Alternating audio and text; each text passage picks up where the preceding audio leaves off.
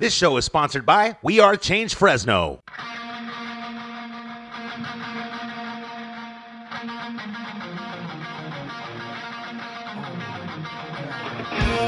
Welcome to We Are Change Fresno with your hosts Stuart Webb and Sam Cheney, fighting the international bankers' one world government scientific dictatorship.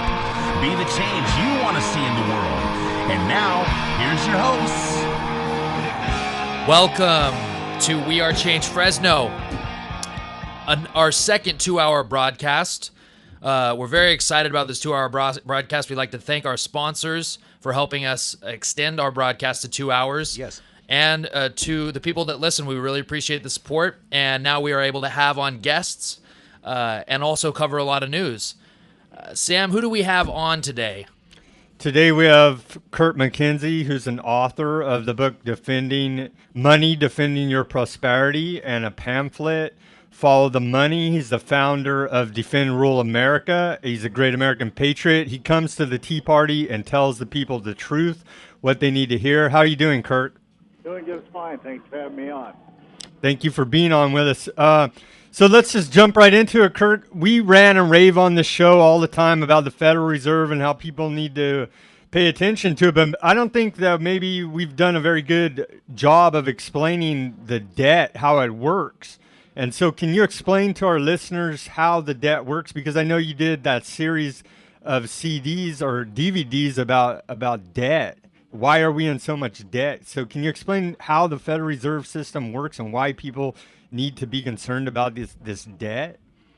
Well, the debt is built into it. Essentially, debt is if you owe it for a period of time, you're an indentured servant. But if you owe it perpetually, you're a slave, and that's really where we're at right now. So we don't have money. What we have is what they call a debt monetized monetary system, which means that there's no money or there's no debt.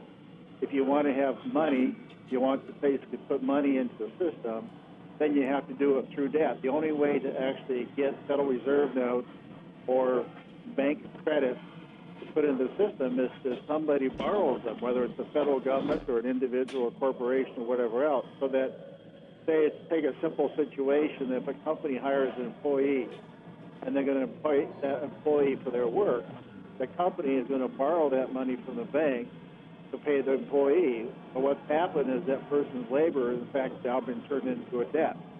So essentially the system guarantees that all the prosperity that we generate is being stolen from us. And worse than that, they charge interest, what we call interest or usury on this, so that we essentially owe them back more than what they've stolen from us. It's really, in simplest terms, that's really what it does. It's hard for people to grasp that because their knowledge of the system is so far from the truth, but that really is what it is. Can you explain how the Federal Reserve is not an agency of the government? Because by the name, it sounds like it is, and I think that's a big reason why a lot of people are fooled by it is because they think it's an agency of the government.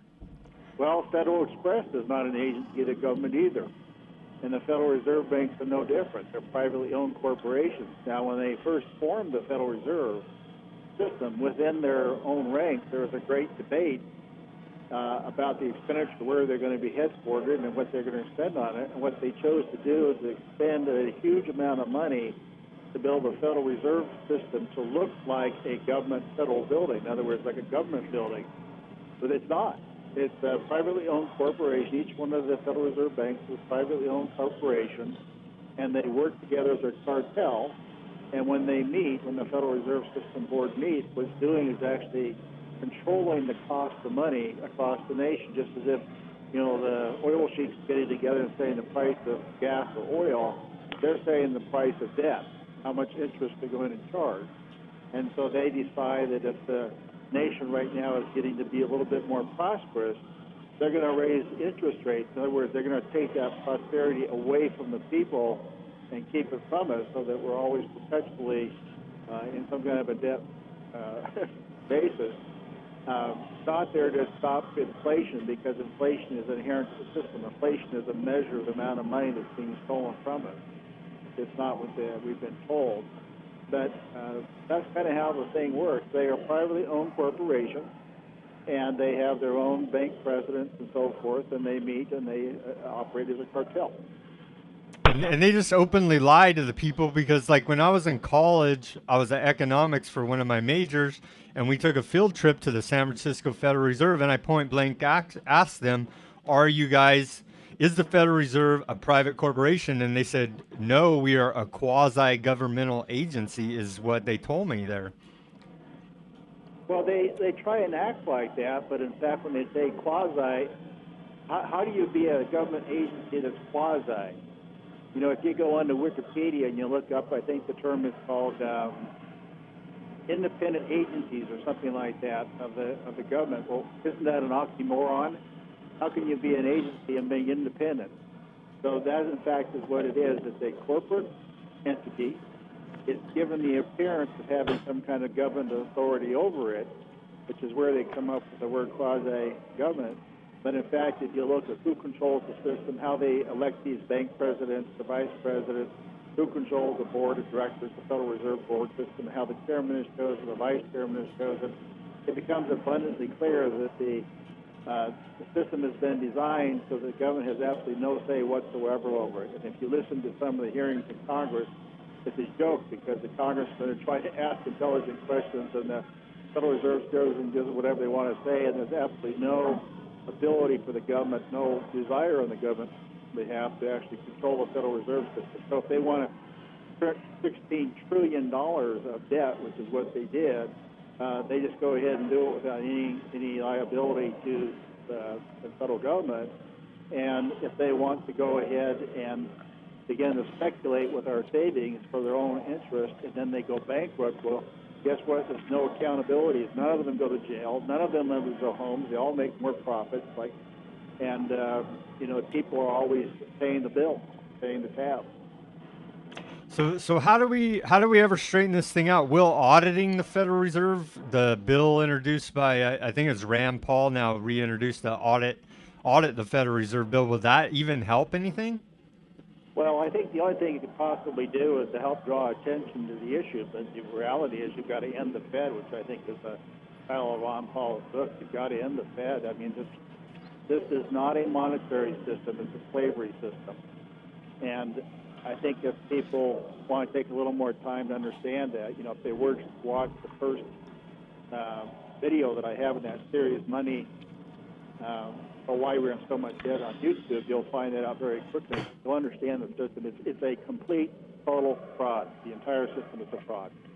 Yeah, I agree with you, Kirk. I read that book, And the Fed. I just let one of my buddies borrow it, And the Fed by Ron Paul. He flat out says, that the Federal Reserve Chairman doesn't have to answer any questions, and they are basically above the law. The only way that Congress can have power over them is if they actually get rid of that the Federal Reserve. If they abolish it, that's the only way, because they are in fact above the law and they don't really have to answer to any politician, any congressman. And I try to explain this to kids that are my age. I'm 24, and I just ask them a simple question. I said, do you know what inflation is? And they can't even tell me what it is. It's very simple. It's just an increase in the money supply. But they can't even answer that one simple little question. But everyone seems to know what it is. Oh, inflation's happening. Prices are rising.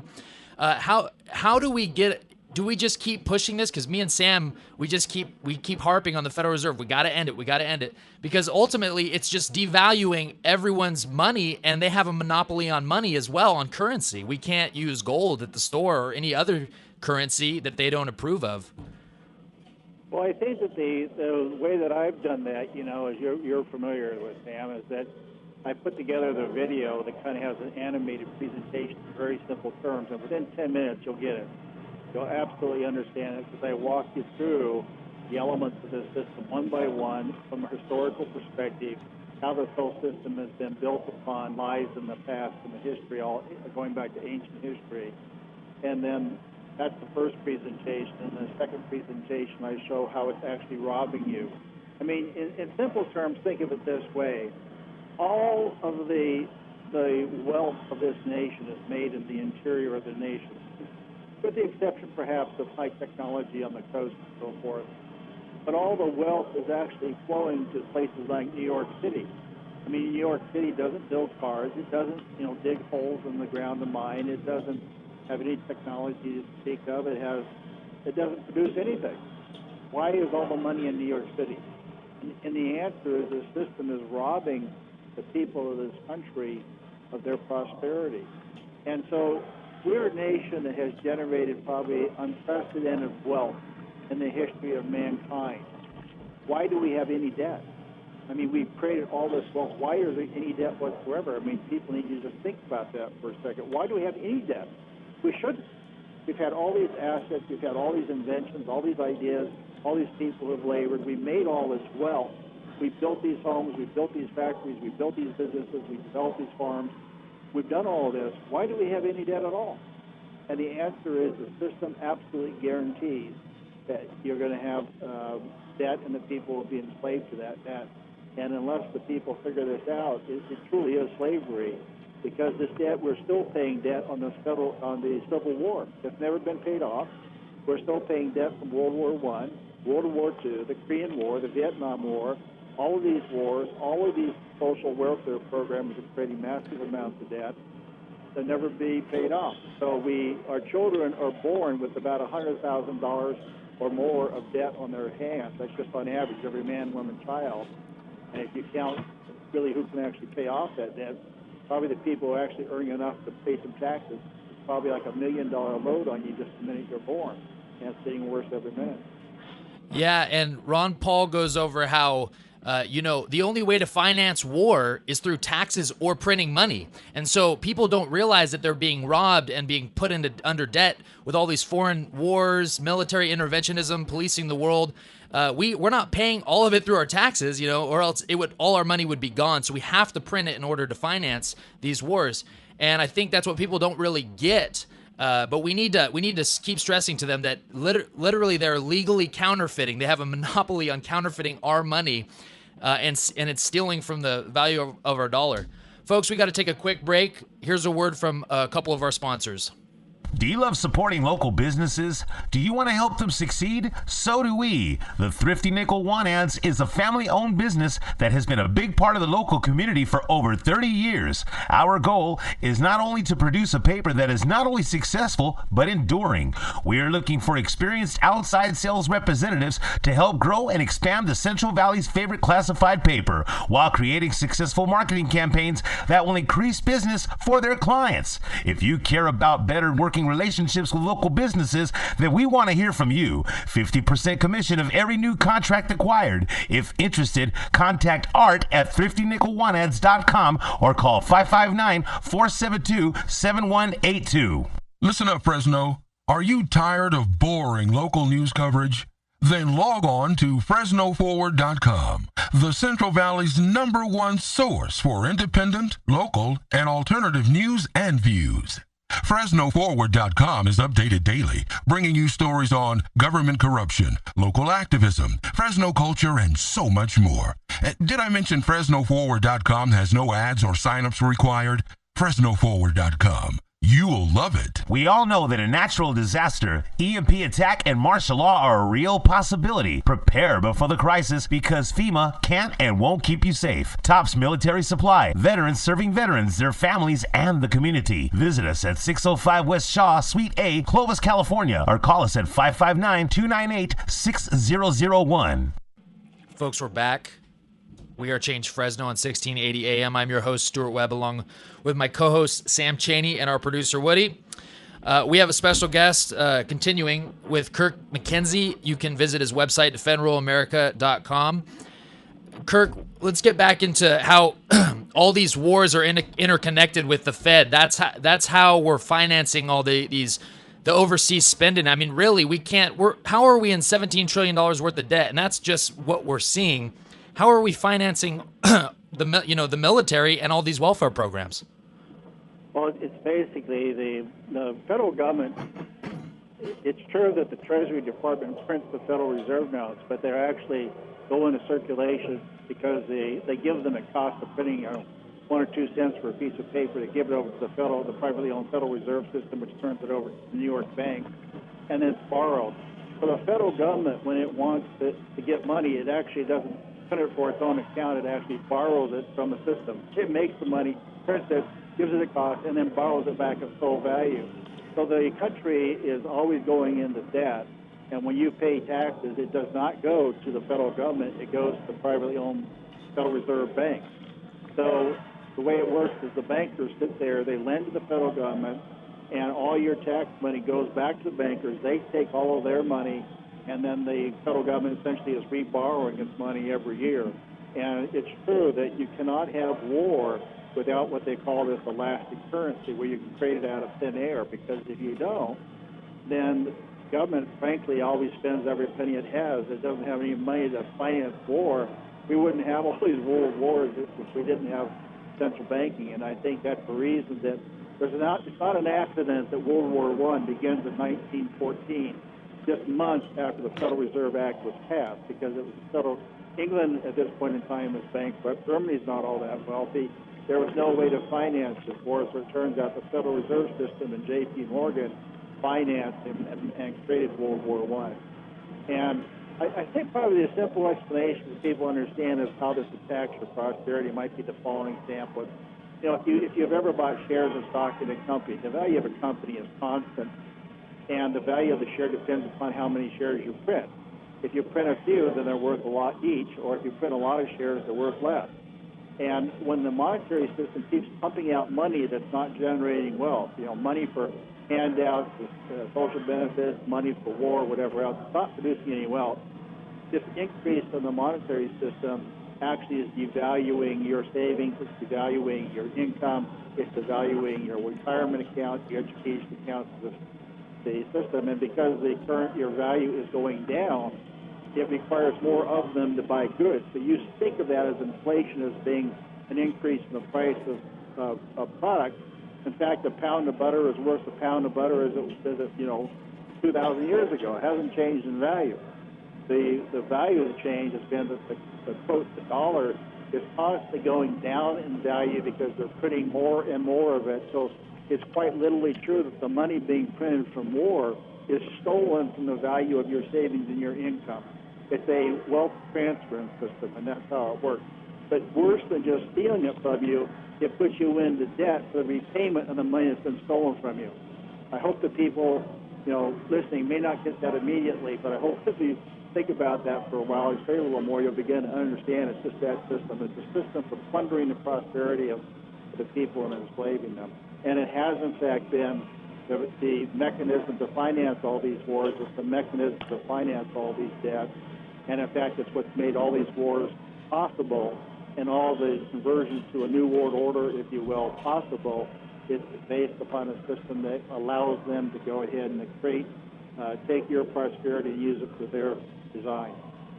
Yeah, and every time they print money, the Fed prints money, it's a hidden tax on, your parents' savings that they've been saving for years and years on end, and it's constantly going down on value because they continue to print. They're not stopping. So, Kurt, how do we, is there any way out of this, or are we just going to let the bankers take us into World War III or whatever kind of war that they want to take us into to destroy America? Is there any way out of this? Can we possibly bring these bankers to justice?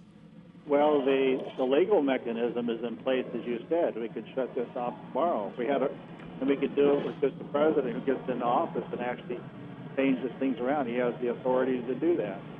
But the problem is that the reason the campaign finance laws are the way they are, which greatly limits the amount of money that we as individuals can contribute, but now has allowed corporations and unions to actually be able to donate unlimited amounts of money, and candidates can raise money from anybody and everybody, even outside their district. That whole system empowers the people who have the control of the money supply and can print it as needed. So they have, over time, absolutely packed the Congress and the House, the White House. They've taken it over by selectively making sure that the right people get elected. So I think that the only recourse you have now is to try and focus on your local government, your county government, your state government, and try and intercede at that point and reestablish some mechanisms. And you can start by, places like Montana and so forth. They have a lot of silver. you can do things to incentivize the production of silver and turn that into something that can be used for purchases and exchange. I mean, there's things that could be done at the state level. State banks would help out. But, the problem is, where's the will, where's the knowledge? And I don't think it's going to come from the representatives. I think it's going to come from the people who have to lead. And then there's going to have to be people to get on board those leaders who understand the monetary system, who understand the solutions, to come behind them and support them and have a groundswell of support. If we don't have that, I don't know that there's, it's going to be a system where we're probably going to go another 2,000 years to absolute slavery, and eventually there will be a revolution, hopefully a turn all around, but it's not going to look good for a long time. Well, I mean, they say that, they want to go full digital currency. And I think Ecuador announced that they're going to go digital currency issued by their central bank. And then, you'll just get a microchip. And then if you don't agree with whatever they're doing, then they just turn off your chip and you can't buy and sell. And then so that leaves you outside the system to starve. So it seems like we have to turn this around, or else we're going to be left homeless and destitute. Well, I think that, I think people who decide to work together, you can start a barter mechanism. I mean, there's nothing preventing you from taking a silver dime and buying, $2 worth of goods at your local store, because that's exactly about the exchange rate these days. And they could take that. There's nothing prohibiting them from doing that. You could have that exchange. You could go ahead and take in your eggs if you're an egg producer and exchange them for beef. I mean, you could try and have, a quasi-barter system in place. And they're going to try and control that. They're going to try and eliminate it, make sure you can't do it. But in fact, you can do it if you organize that, and you can develop a simple computerized system to do that. It could be feasible to start that at a local level for people who willingly decide to participate. Yeah, I think when all the welfare benefits run out because the dollar's devalued so heavily, and we start to really see a depression here, we already have a third of the country out of work and on some sort of government assistance. We're going to have to start bartering. We're going to have to get creative. So if we can do it at the local level now and in these little communities, if we're all on the same page, and I think that's why it's so important to inform people about what's going on. Say, hey, that dollar is devaluing. That money in your pocket, it's devaluing as we speak because the Fed prints billions of dollars every month. And so I think that's definitely a place where we can take action and, prepare for the coming collapse, because we know this is going to end at some point. I mean, when do you think this is going to end? All this, when do you think the dollar is going to collapse, do you think? Can you make a guesstimate? Well, it's already collapsed. It's just happening slowly. The dollar, what you call a dollar, if you actually measure it in silver, which is how it's actually legally described, the dollar, so to speak, the paper dollar is only now worth about 1.8 cents. So it's already plummeted. It's just happened gradually so that we don't see it. So the question I think they're asking is there going to be a precipitous drop? And it's really up to the Federal Reserve System. They can do it whenever they want. So I think people have to be prepared. Now, where you've seen countries where they've had collapsing economies, the money becomes absolutely worthless, like the Weimar Republic in Germany, but more recently places like Argentina, and now they've attacked the European nations. People have been pretty creative in reestablishing the community Saturday market, so to speak, and they've actually, in one case, built a computerized program that actually kept credit so that you could. The problem with barter is if you produce eggs, you want to buy beef, but the guy that produces beef doesn't want eggs that week, you're out of luck. So you want to have a third commodity. So they actually built an electronic tracking system that gave people credit for the goods and produce and labor, and they actually built an exchange on that basis. And on that basis, they were able to get their economy keep going. When you have a collapse, you have a funny thing. The land, you still have the land, you still have the crops, you still have the water, you still have the minerals. Nothing in the real world has changed. The collapse is entirely in an artificial monetary system that's being created.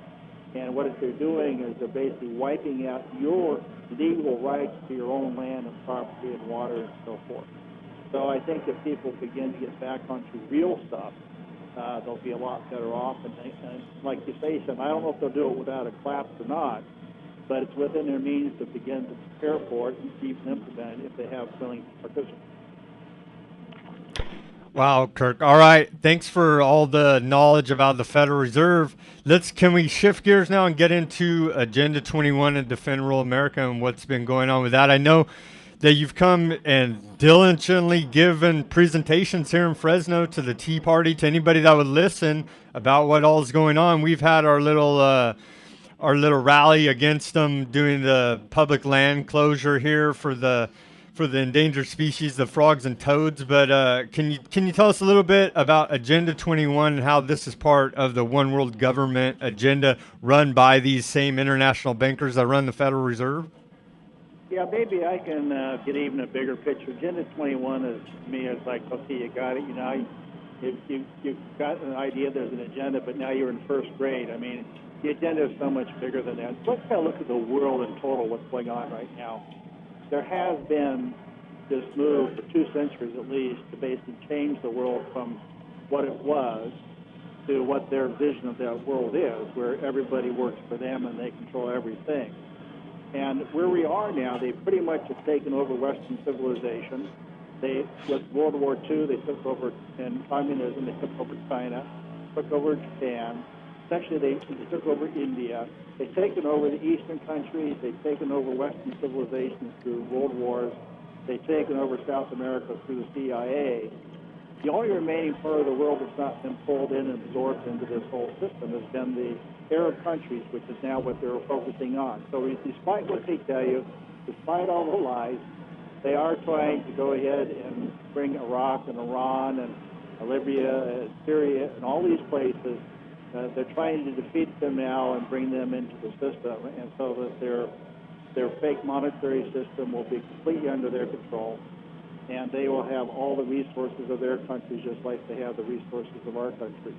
So in the big picture, all these wars that are being falsely using yellow journalism to try and create passions and hatred and support from the people for what actually is bringing in the final parts of the world into this new world order, in this state, they're now moving to take over and deprivatize land. So under the Constitution, all land in the United States either belongs to the people as individually as personal property or collectively as public property. Public lands belong to the people.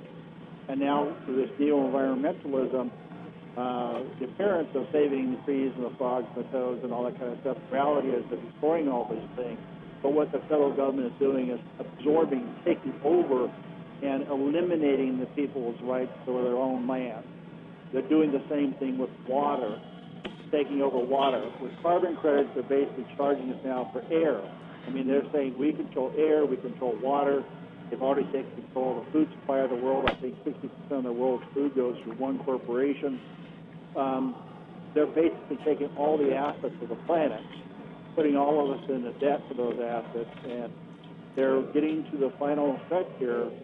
And so this country, what you see, if you think of this as being a 13 levels or so of strategies, at the top, big picture, the bottom picture is these spikes like the frogs and toads, spotted owl, delta smelt, all these things are just false operations to take the land away from the people, take the resources away from the people, and turn them into being serfs on land that they once owned.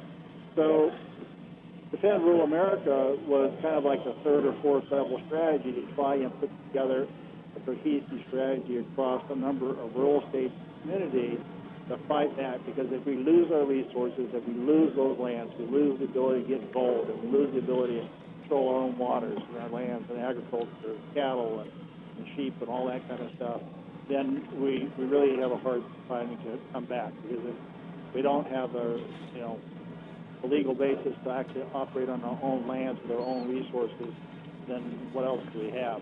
There's just not much left.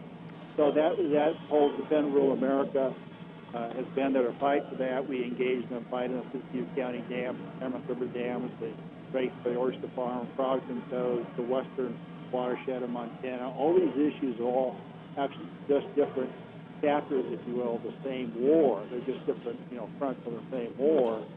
And so where we're at right now is, I think, exposing to as many people as possible what the real thing that is going on, so that we do get this uprising and get people to organize and unify within their counties, take back their counties, turn them into constitutional counties, take back their states, turn them into constitutional states, and that we can do this across the heartland. The heartland states, the southern states, are still really from Civil War, and some New England states, we have 3/4 of the Senate, and we can start to begin to roll this back. Yeah, the ultimate goal is complete control, and we know the people running our government and running these international banks.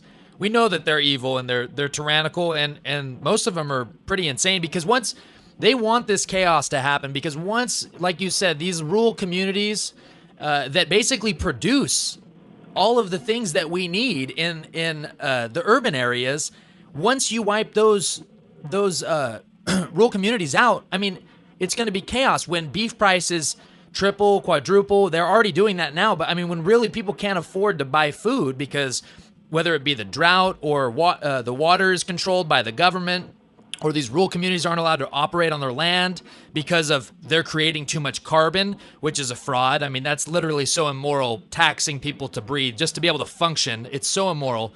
It's going to be, people are really, I think, really going to start to understand that it's not about the frogs and toads. It's about complete control. And once you expose them to that and say, look, you know, these toads aren't even, they're not even native to these lands. It's all a fraud.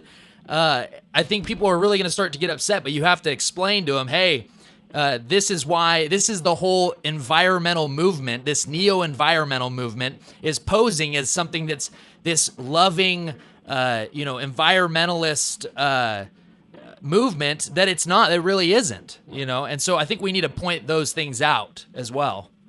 I think, when DRA has done as much of this as anybody, I mean, if you look at really objectively and stand back, I mean, they're burning up the forest, and they're trying to convince you that burned forests are good things, and they love the animals, but they're burning up forests. The estimate now is they have cremated at least 100 million animals, deer, buffalo, elk, even their precious wolves and foxes and all the little animals and beetles and grasses and all the species.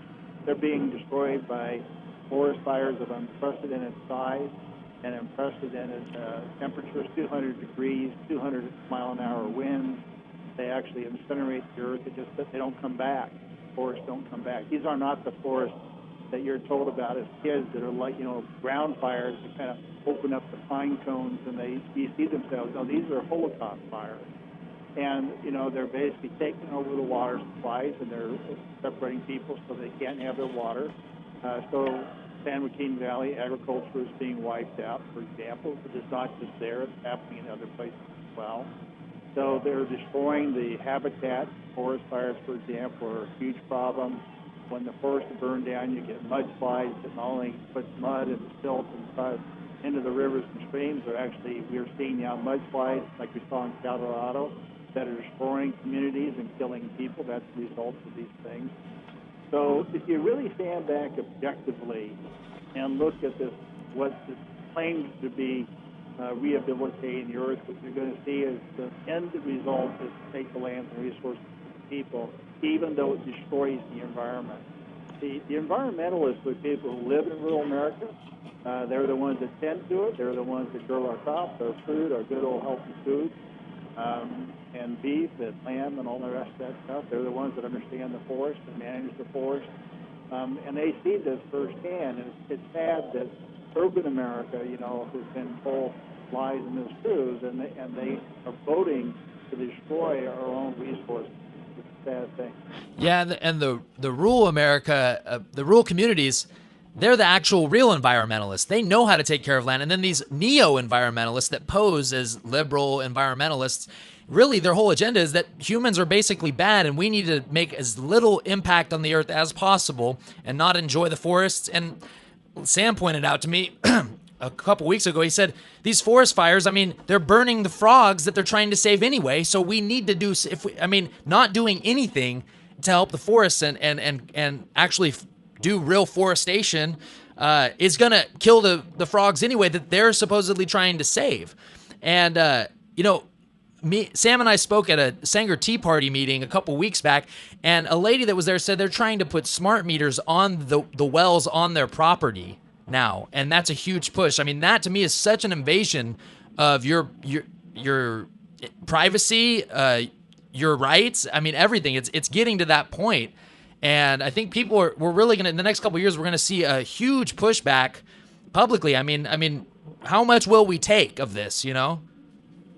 Well, I think that the people who are actually close to the urban, like you say, the people who live in the rural communities who actually are the stewards of our land, they see this firsthand. The sad part is the people in the larger density population, all they read is the news and they get a false view. They don't really realize really what's going on. But what you say is absolutely true. And so, our country has had, our technologies and our industries have been stolen from us, haven't they?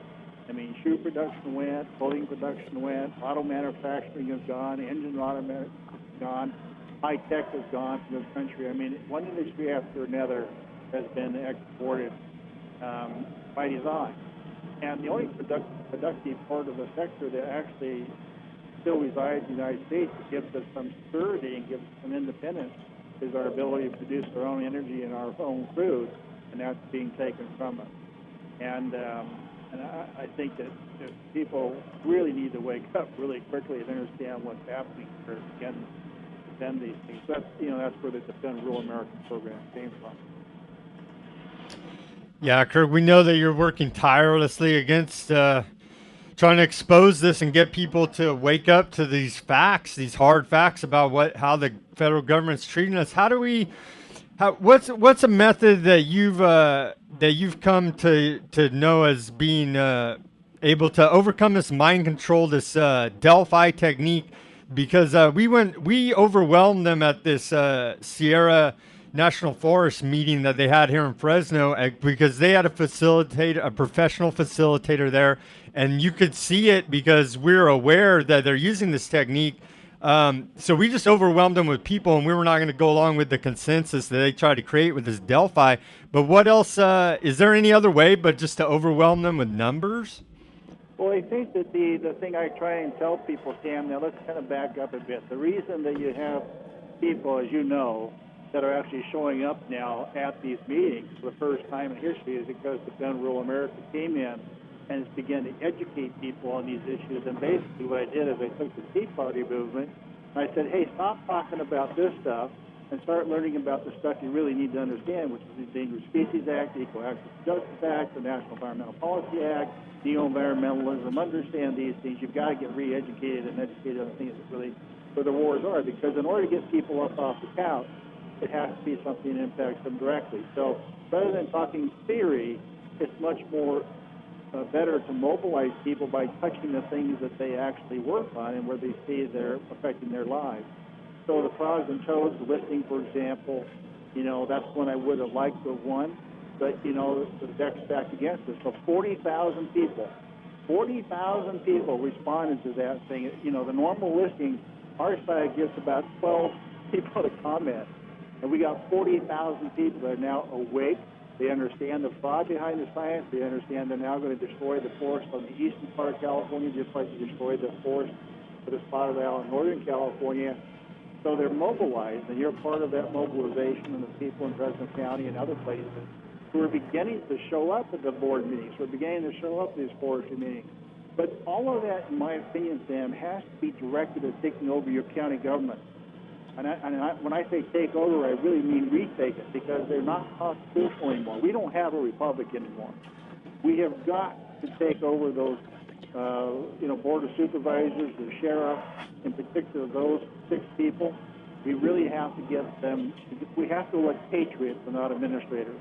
People who have spine, people who understand what the heck they're talking about, and are prepared to stand up and be counted and begin to exercise our jurisdiction and fight back at that level, and then try and get as many counties doing that in parallel, working together, and eventually taking back the recant state. I see that as the only path that we have available to us.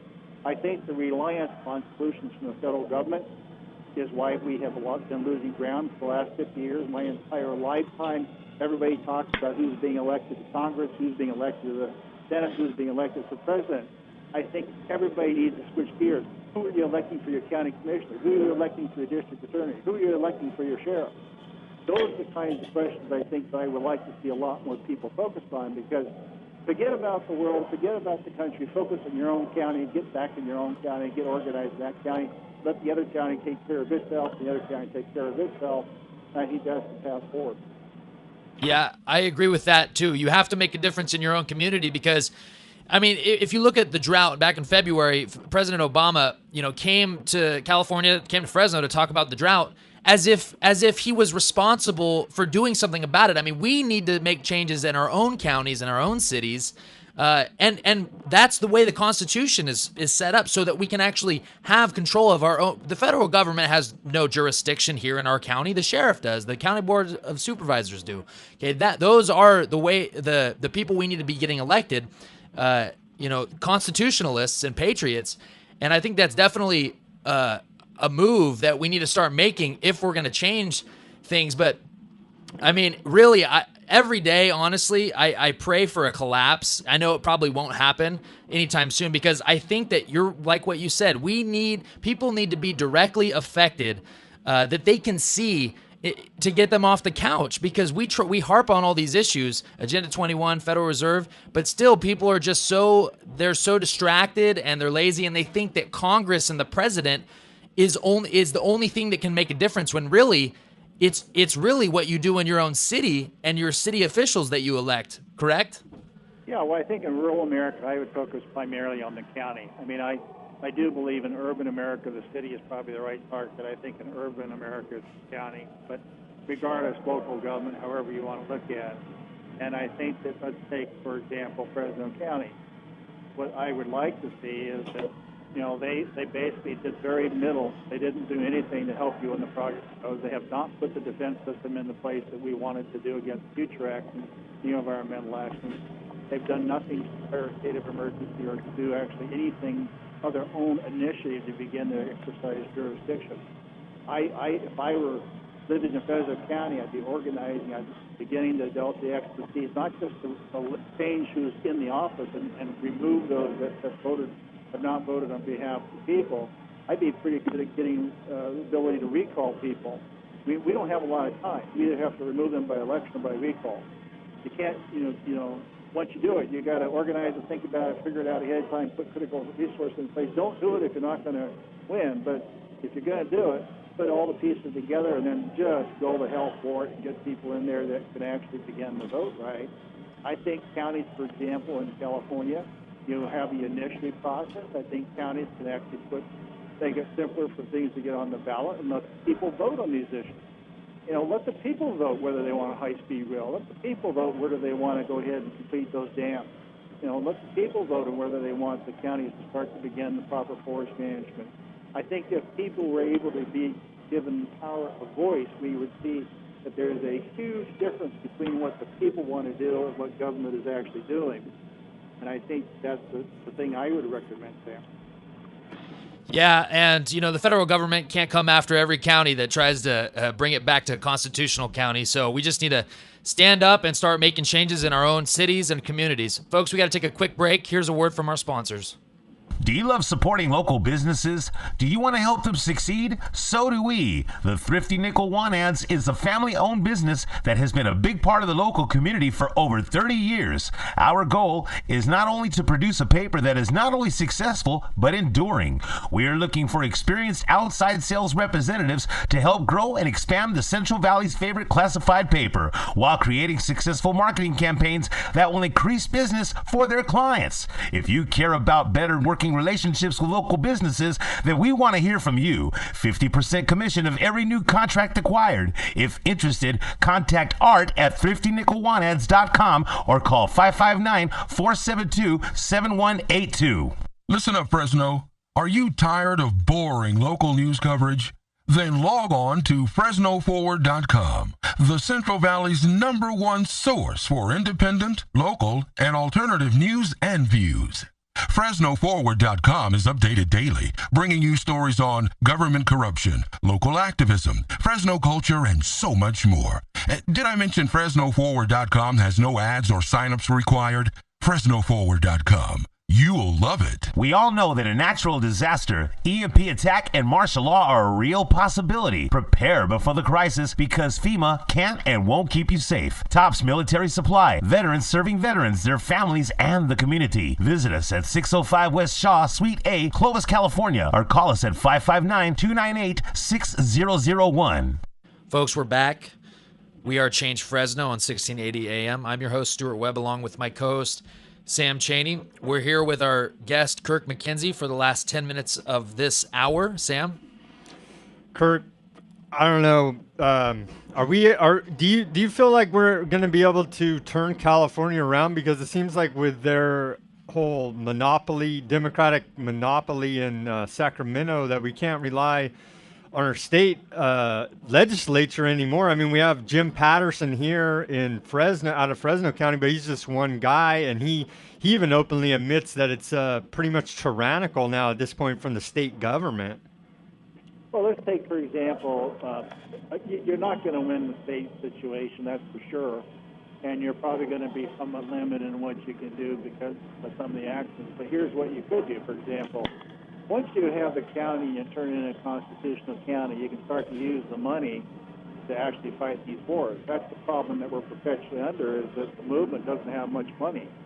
And so you're really trying to, kill Goliath with David, or something like that. You're trying to do it with pennies in your pocket, and they got millions of dollars in their pocket. So I think to get back control of your counties, so you begin to use parts of that budget.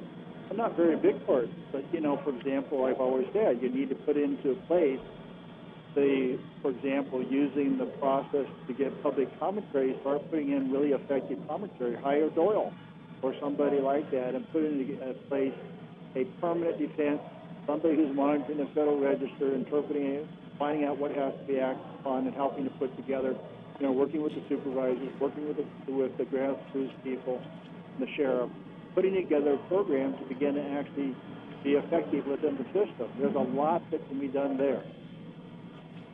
Well, going to these meetings with these bureaucrats, I've been to plenty of them, county board of supervisors meetings. It seems like these people, I don't know if they're under mind control or they're just, I don't know what the problem is, but it seems like they're disconnected from reality, and they like to grandstand around and give each other awards more than actually address real issues. And so I guess the only thing, like you said, is to go ahead and run our own people, patriots and constitutionalists, and get these people out that are in there that are acting like it's high school student council, because that's the feeling that I get when I go to these meetings from these people. I mean, it's like they put on a costume and march around like they have some authority when they're really just mindless sheep.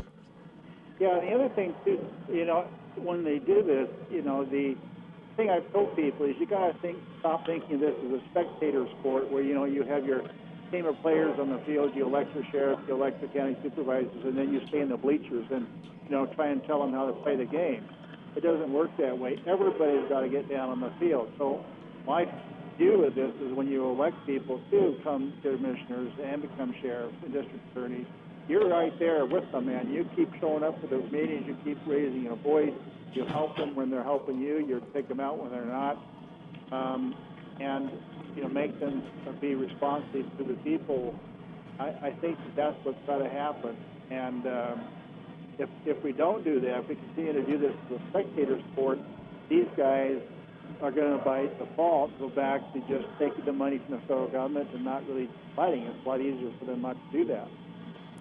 Yeah, I agree with that, Kirk. I think that's a good point that you make. We can't be spectators. All these people that we elect, we can't excuse me. We can't trust them to just run our lives. The patriots need to stand up and start running for office, even if they don't even really know too much about politics. I mean, we are supposed to be governed by the people that we elect. I mean, it's government from the people by the people, okay? Not just bureaucrats that dictate our lives.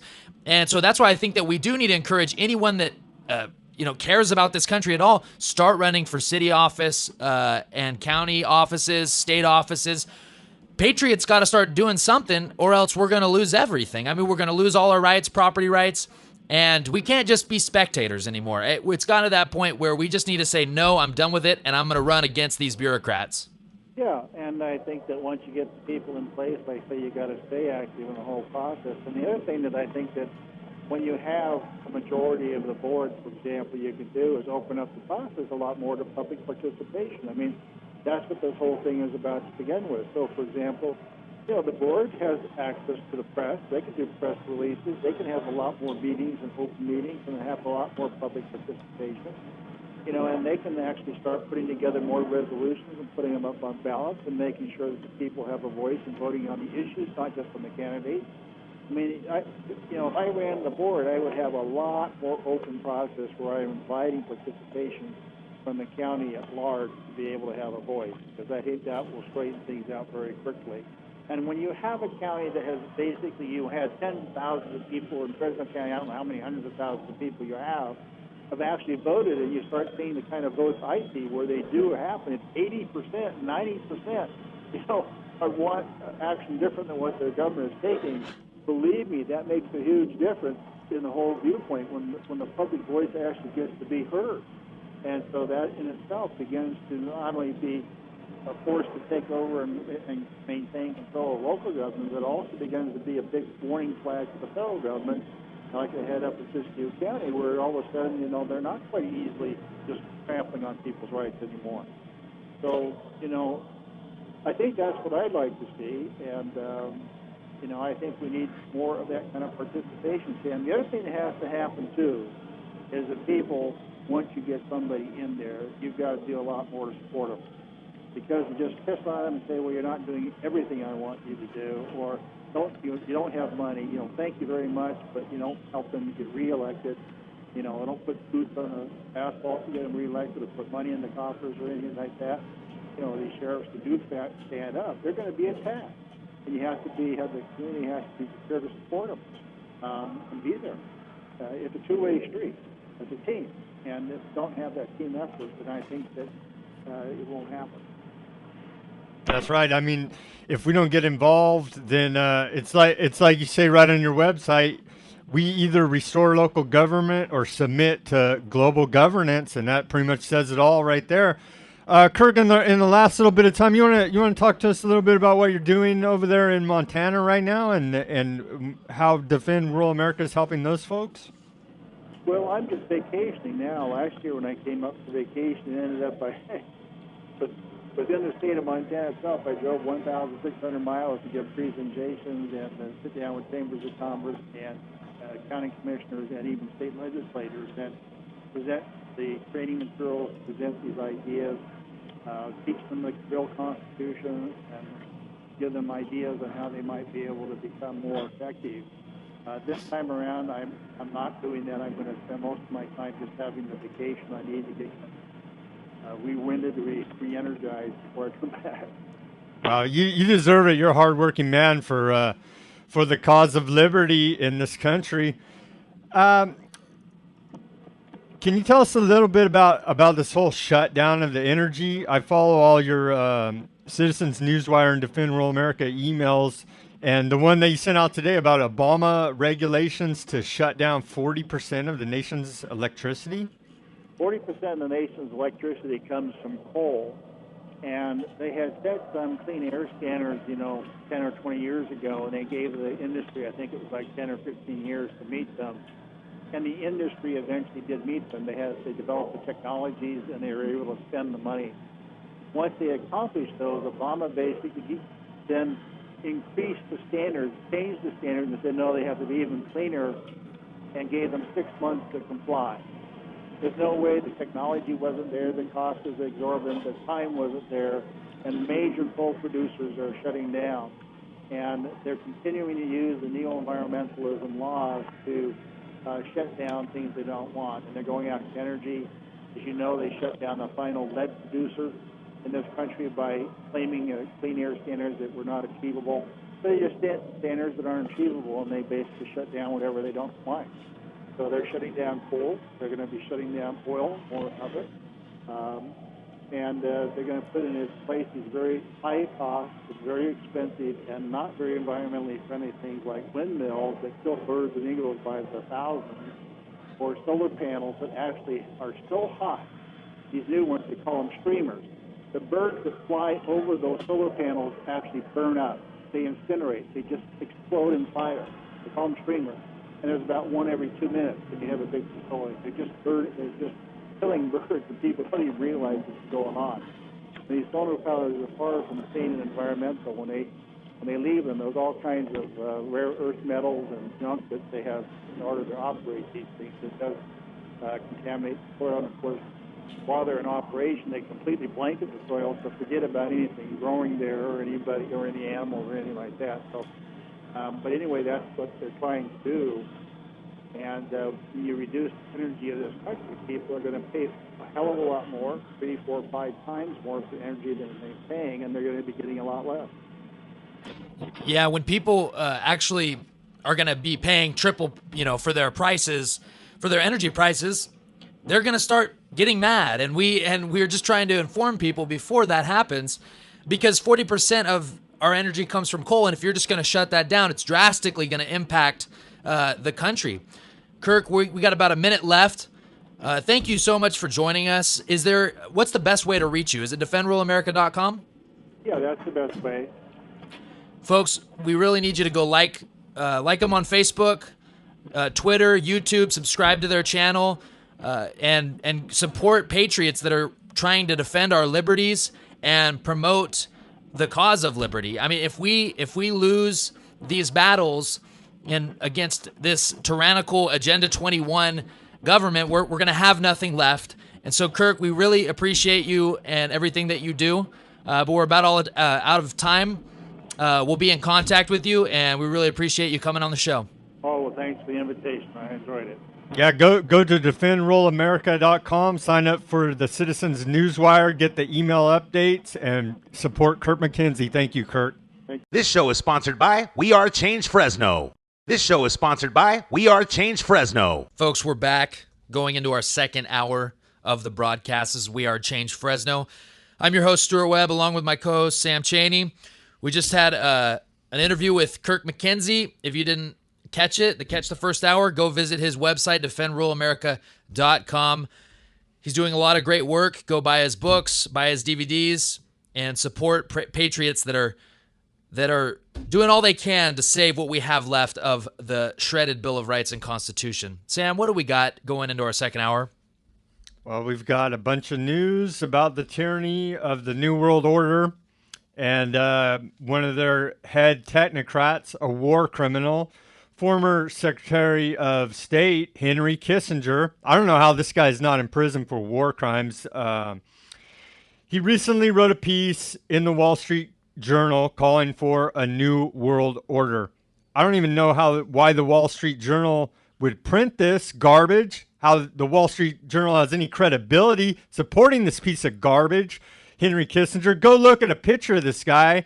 He's obviously evil, probably possessed by demons. He definitely has an evil spirit when you see the way he talks and how he talks about the people in general. But in this article that he recently published called Henry Kissinger on the Assembly of a New World Order. And so he gets into just how he wants to bring in a new world order, one world government, and how it's a great thing and how we should just go along with it.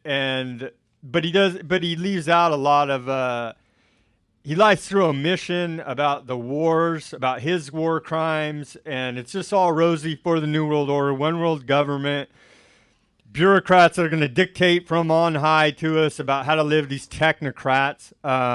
They're all criminal scum of the earth. The worst of the worst people are trying to tell us how to live, Stuart. Yeah, Henry Kissinger, he looks like something out of the Lord of the Rings movie. Like he I don't know what his parents look like, but man, he is a scary dude. Spirit of evil has And- possessed this man. You can tell. And like Sam said, when he went over to that meeting of the was the Air Board of Supervisors, right? You can feel the spirit of evil over there. Okay, so these people that are running our government they're evil people. Okay, Henry Kissinger was Nixon's handler. Okay, he was Secretary of State, and he's calling for just global governments. Okay, how are we just going to continue putting up? I mean, what if? I mean, basically, we have Bush, Papa Bush saying, "Oh, New World Order." I mean, we have Obama, Biden saying New World Order. I mean, what is this New World Order? I thought this was America, the United States of America, not North America, the United States of America. Bill of Rights, Constitution, George Washington, Thomas Jefferson, people that risked their lives to bring freedom to future generations that we all enjoy and created the greatest country ever to be on the planet.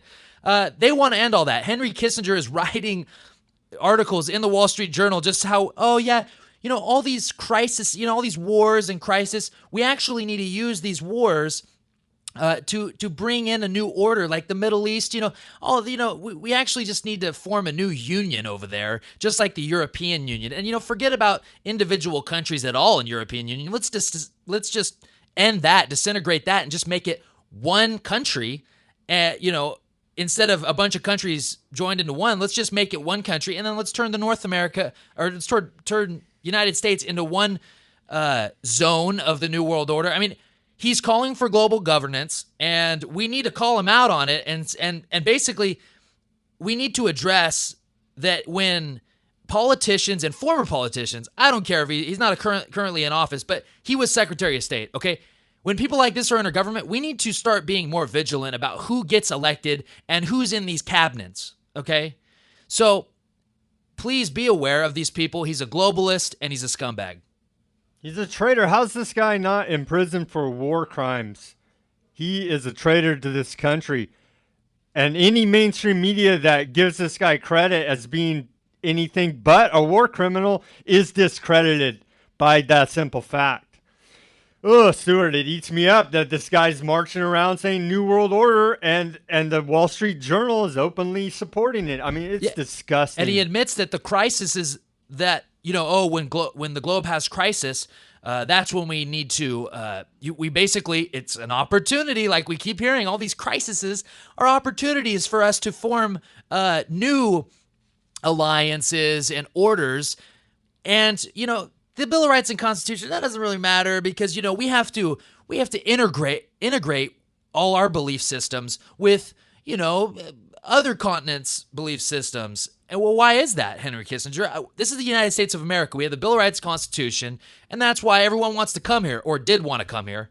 But we still have a crisis with that. But he needs to be ridiculed. I mean, if he's not in jail, he needs to be ridiculed. Okay. This man has committed untold crimes against humanity. He's a war criminal. Continue to say that.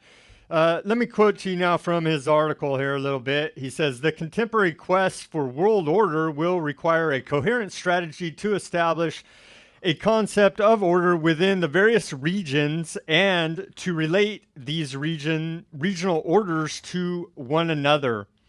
And so that right there is the one world government international banker plan by these technocratic elite to have you as Joe citizen American taxpayer have no input into the system whatsoever. Open treason against the sovereignty of the United States. We need to be calling for Henry Kissinger's arrest on war crimes and treason against the United States sovereignty. Yeah, and George Washington, all our founding fathers warned of entangling alliances. I'm reading a book by Ron Paul right now about foreign policy. Foreign policy is not even mentioned in the Constitution. But yet, our presidents in the past and currently right now just, the UN's going to grant us permission to go to war. Not the Congress, not the American people. The UN gives us permission. No, that's a violation of our sovereignty. And any president that does that should be impeached, put in jail. I don't care. But it's unbelievable. If anybody wants a future, okay, we need our unalienable rights, and that comes from the Constitution. It comes from God. The Constitution just lays it out for us, and that's why it's so important. So anyone that's trying to undermine openly our sovereignty should really be investigated. Okay, he was Nixon's handler. He was also National Security Advisor. He's just always involved. Why? He's a scumbag and he's a traitor. He's a technocrat. Americans who support individual liberty, biblical Christianity, national independence, free markets, the Constitution, and the traditional U.S. values should listen to what Henry Kissinger says, because it's a direct attack on you people, the listeners to this station, Conservative Talk. It's a direct attack against you, and you should take it personally, because that's the rat hole that Henry Kissinger wants to lead us down, is one world government, new world order. His words, not mine. So we're moving on here to 9/11 now. Some new news is coming out of about 9/11. This is out of Reuters. Photos allege 9/11 20th hijacker can stay classified. A federal court ruled, and this gets into their torture.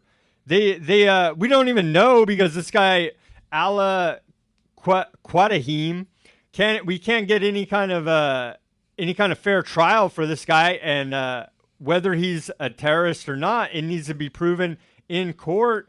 And so, but they're torturing this man with no due process, and they say that we can't have any pictures related to it.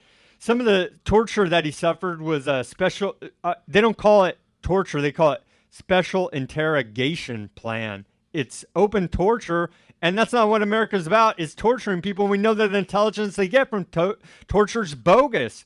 Okay, some of the torture that this man suffered was 20-hour interrogation, sleep deprivation, prolonged exposure to cold temperatures, forced nudity, performance of dog tricks while wearing a dog collar, and sexual humiliation. And that's what our U.S. government is saying is justified. This is a war crime. It's a crime against humanity. It's just plain wrong for anybody that has a conscience. If this man really is a terrorist and was part of the 9/11 attacks, he needs to have a public trial and not be tortured behind closed doors, because that is pure evil and criminal by our federal government who's doing this, and the federal judge that won't release the photos because of, quote, national security interests. Sam, I can't believe you said that. It's called enhanced interrogation techniques, okay? Enhanced interrogation, as Sean Hannity would put it. I mean, don't you watch Fox News, Sam? I mean, that's where the truth comes from. Oh, even though that the court actually ruled that they have the ability to lie because under their First Amendment right. But yeah, all these neocons and quote-unquote conservatives, the wannabe conservatives, torture's okay. Oh, yeah, Bill of Rights and Constitution doesn't matter because it's national security. So we can torture people because it's national security. And also, the public can't know about it. I mean, it seems that everything is national security. Enhanced interrogation. I mean, you got to be kidding me. Oh, we tortured this guy. Oh, I'm sorry. Enhanced interrogation was used on a prisoner. It's just unbelievable. And just so you guys know, all these techniques that they're using on these quote-unquote terrorists that we can't know about, that's all going to come back to bite you, because you're going to be put under those same provisions. Oh, you own guns? I'm sorry. You're mentally ill because we don't. The Second Amendment no longer it's actually suspended. I mean, that's how the future is looking. Okay, under global governance. So, and just 9/11. We need to understand World Trade Center 7. Okay, just look at that. That's all you got to look into. Next week, me and Sam are going to get into a whole 2 hours covering 9/11. We got some great guests, but really, I mean, if we can't know about all the stuff that our government's doing because they say national security, then what aren't they doing? Stuart, it's mind-blowing. We need to speak out again. Even if you're racist against Muslims and you hate the ragheads, and you're like, turn the whole Middle East into a glass parking lot, nuke them all, right? You have to understand this basic concept. It's coming back home for you Americans. That's why we have to stand up against this illegal torture. It's a crime against humanity, and it is very immoral. And the way they go about doing it with all the secrecy should be plain as day for you to see that what they're doing is wrong, because if it was justified, it would be open for public review, which it's not. Moving on here, Stuart, to some more about 9/11. There is a movement to declassify 9/11 information, and two people from the 9/11 Commission, co-chairs Lee Hamilton and Thomas Keene, have called for the 28-page section of the 9/11 Commission report that has been classified to be declassified. And there's now Congressman Thomas Massey and Walter Jones and Stephen Lynch have all come out. Ron Paul has come out now and said that we need to declassify this. And so now there is a movement growing to declassify these 28 pages. And there's speculation that it will implicate Saudi Arabia, possibly Israel. We don't really know because it's classified. So the American people need the truth if we're ever going to heal from the damage and psychological trauma that was caused by the shock and awe of 9/11. Yeah, folks, we really need to take the red pill, okay? 9/11 is, and it's continuing with these supposed terrorists, ISIS, that are going to attack us. It's all used to take your rights and your liberties, okay? We funded them in Syria. Remember that? We funded them in Syria. Oh, now we need to go help Assad, even though we were funding the rebels that were ISIS. Now we need to go help Assad fight them, even though we were funding them. They're hoping that we just completely forget what happened a year ago. Okay, they really are preying on our ignorance. So we need to stop and admit that even if it was all organic, 9/11, we still lost all our rights with the Patriot Act. And Ron Paul continues to reiterate, hello, 15 of the supposed hijackers were Saudi Arabian. Okay, so why would we not at least investigate the Saudi Arabian connection? The government. But, oh no, we invade Afghanistan. Oh, we invade Iraq. But 15 of the terrorists were Saudi Arabians. So obviously the government's hiding something. They don't want to declassify these 28 pages. And we have Rep. Massey saying, yeah, this concerns me heavily. We need to declassify these. That's a congressman saying this is important. And I believe that he's genuine. And either way, we need to know about 9/11, okay? Anything classified when it comes to 9/11, we need to know about it. The American people are sick of that being held over our heads to take our liberties. Folks, we got to take a quick break. Here's a word from our sponsors. Do you love supporting local businesses? Do you want to help them succeed? So do we. The Thrifty Nickel One Ads is a family-owned business that has been a big part of the local community for over 30 years. Our goal is not only to produce a paper that is not only successful, but enduring. We are looking for experienced outside sales representatives to help grow and expand the Central Valley's favorite classified paper while creating successful marketing campaigns that will increase business for their clients. If you care about better working relationships with local businesses, then we want to hear from you. 50% commission of every new contract acquired. If interested, contact Art at thriftynickeloneads.com or call 559-472-7182. Listen up, Fresno. Are you tired of boring local news coverage?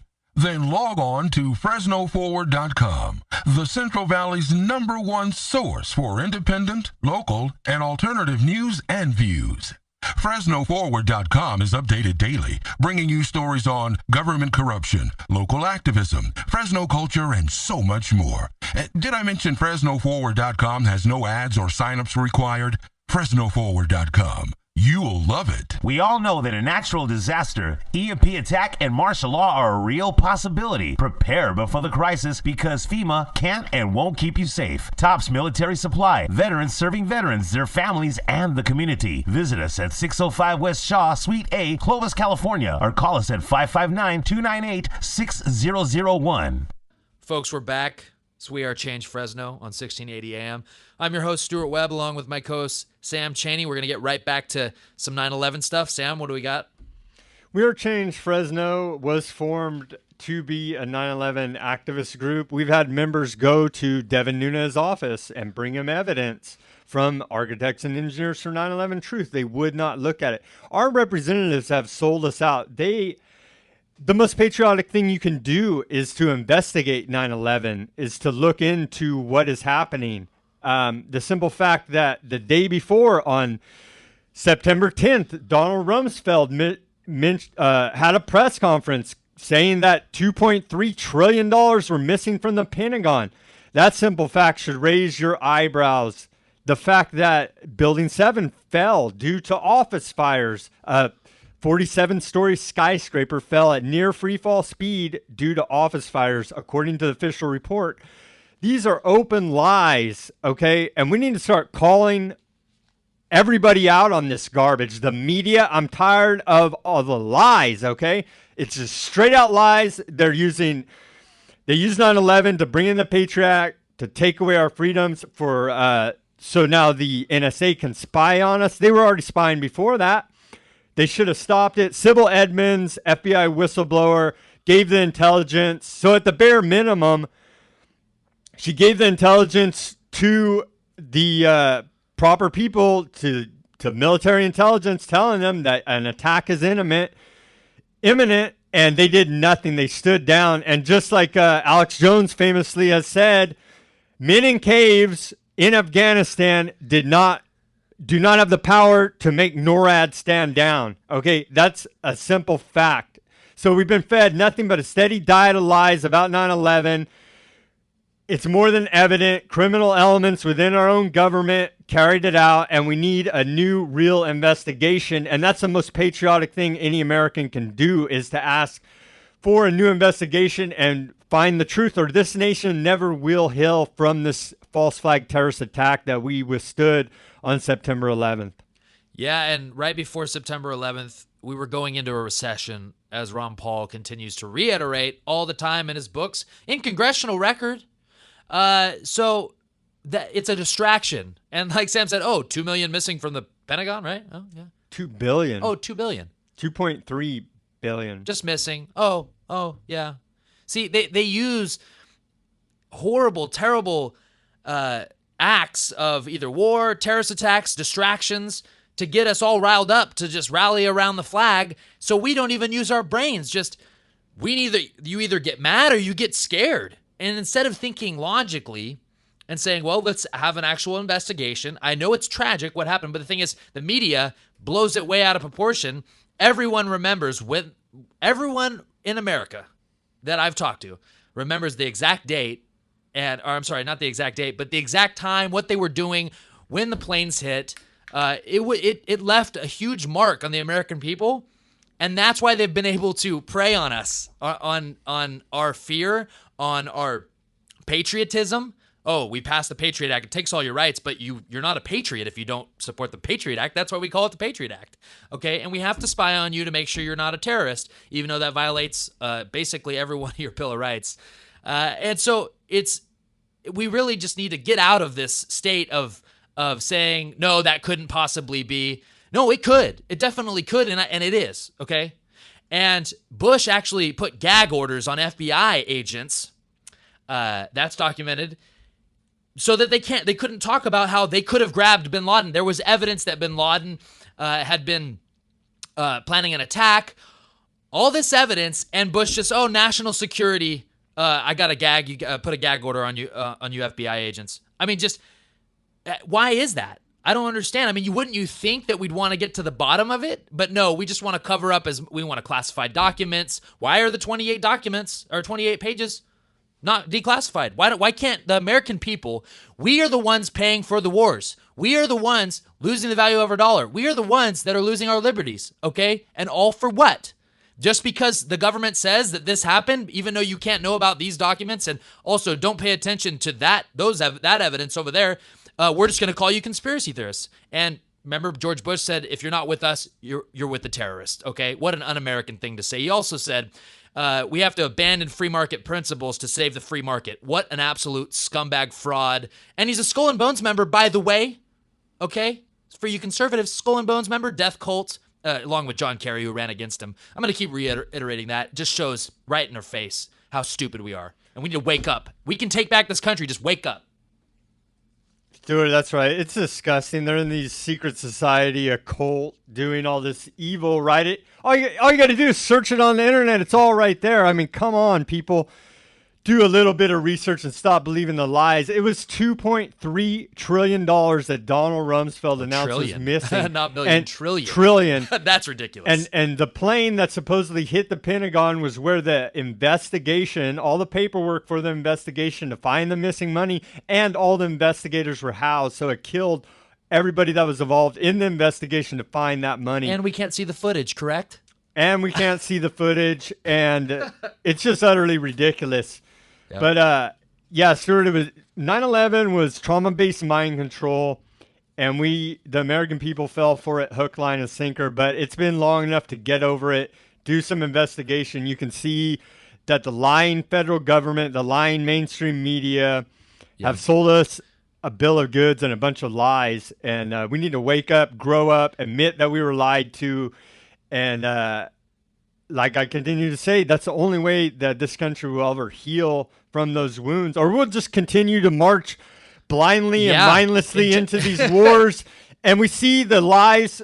I mean, they're cutting off people's heads and there's no blood coming out. Okay. It's just utterly ridiculous. What lie and pile of crap won't the American people buy? Because it seems like we continue to buy the garbage and lies and just outright propaganda that a 2-year-old, my little 4-month-old baby could look at this stuff and see that it's a lie. I mean, come on, folks, please wake up and just put two brain cells together and have a critical thought about what the lies they're telling us. And also, please tune in next week because we're going to have 2 hours dedicated to 9/11 truth and all the evidence.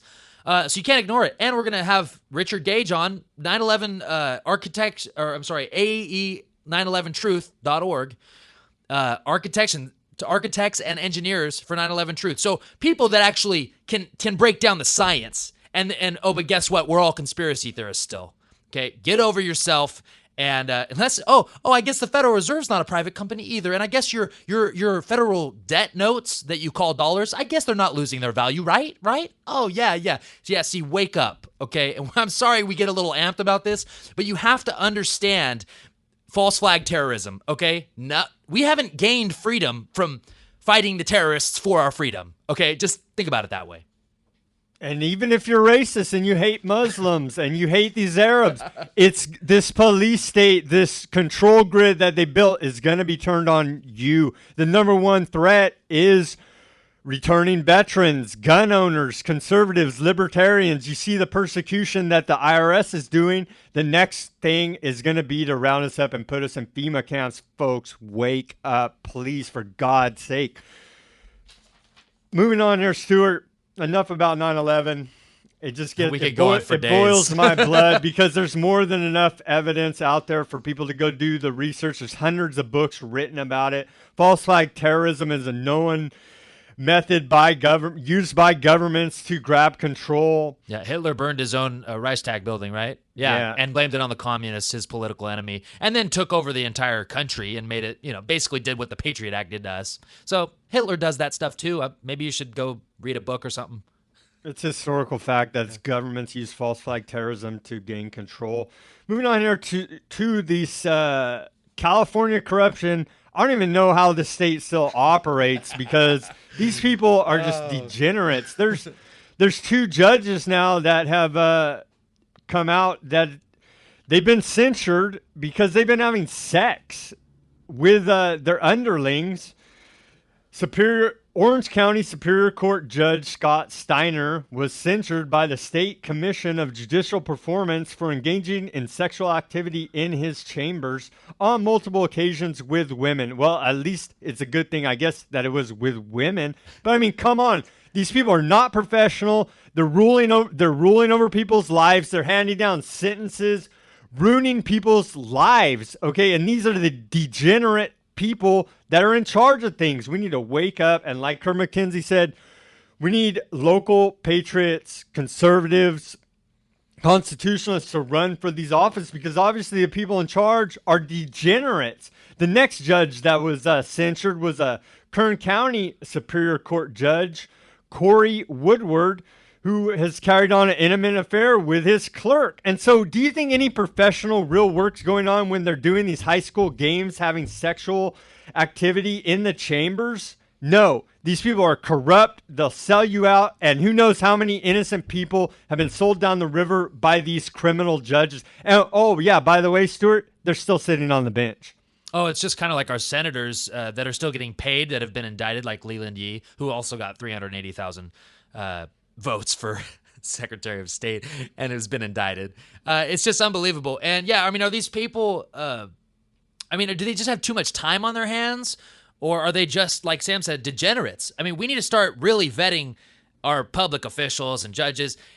They should be worrying about our cases. You know, people are up for trial, going to jail, you know. They're putting people in prison for life, and they're worried about chasing skirts around the office. Exactly. And it's very troubling to know that, hey, if I ever am in front of a judge, I don't know if he really even cares about what I have to say, or he's just looking to get off later in his chambers. It's just unbelievable. And if they're still on the bench, I mean, that is, I can't even fathom what else is happening behind the scenes. We have one of the most corrupt state legislatures. 15%, have been indicted. They're drunk driving, selling weapons to Islamic terrorists. Public corruption, voting scandals. It never ends, and they still get paid. So remember, if you're if you work for the public, if you work for government, you get paid no matter what, basically, and you can't get fired. You work for the private sector, you do something like that, you get fired and you lose everything. But so maybe the answer is just everyone just get a government job, right? You can't get fired. Stuart, it's unbelievable. These judges have a lot of power over people's lives, and they're just not professional. They're acting like it's some high school game or something. And I don't see how the public can have any faith in the system any longer. And even Steinberg, the pro tem up there in Sacramento, he even says that he admits that the public is losing confidence, but we're still here to do a good job, he says. I mean, come on. It's a joke already. These people are degenerate, deviants who need to be removed from office. Probably all of them brought up on public corruption charges because they are not representing the public's best interest, and they are not acting as professionals who have been elected to serve the public. They're acting as criminals. I mean, and it's just disgusting to me, Stuart. Yeah, I don't understand with these politicians. Is it just fun for them to completely screw up the state and lead us to basically, collapse? I mean, maybe they're just actually insane, because it's going to all end, okay, for them too. Okay, they're not in this elite club, all right? The state legislatures are not in the Bilderberg group. Maybe one or two of them have been there once, but they're not in these elite global governing bodies that meet in secret. So maybe they're just ignorant and also scumbags. I mean, they might just be bad people, and that's probably what it is. They're just bad people, and they're preying on ignorant voters and the public. And it's just sad to see. We need real patriots to start getting in office, running for public office. Just start doing it. I'm going to run for Congress just because Devin Nunes doesn't care about the Bill of Rights. I just have to do it just to point out that he doesn't care about your Fourth Amendment and any other amendments, really, when it comes down to it. You lose one, you lose them all. We need real patriots to talk about real issues, Federal Reserve, Agenda 21, all this stuff, 9/11, okay? Public officials just start coming out, okay, saying, yeah, Building 7, explain what happened there. And if people can't answer it, and then look, you've won. Okay, they cannot explain how it fell at free fall speed. Just start with that. If you want to cover real issues, start with 9/11, Federal Reserve, Agenda 21. Boom. Okay, start running for office. Wake up, America. We've been lied to on a grand scale, and nothing's ever going to be fixed until we admit it. Admit you've been conned. Okay, I admitted it. I've been through this whole system, and it conned me. I admit it, okay? I'm man enough to admit it. Where are the men to stand up and admit that you've been conned, you've been wrong, and the only way to set things straight is to admit that and have some humility. Stop watching football. Okay, that's all you got to do. Stop caring about things that don't matter. And look, I know it's fun to read about celebrities, and because it kind of makes you feel like you're vicariously living through them, but then you can also make fun of them and act like you're kind of a part of their lives, when really it's just so mindless that our society just cares about nothing of importance. I mean, men don't act like men. They don't take care of their kids. They leave women without husbands and fathers.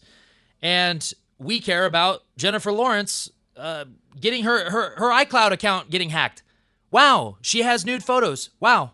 I mean, honestly, at this point, we have a glutton of of women on the internet willing to take their clothes off and take pictures and do videos.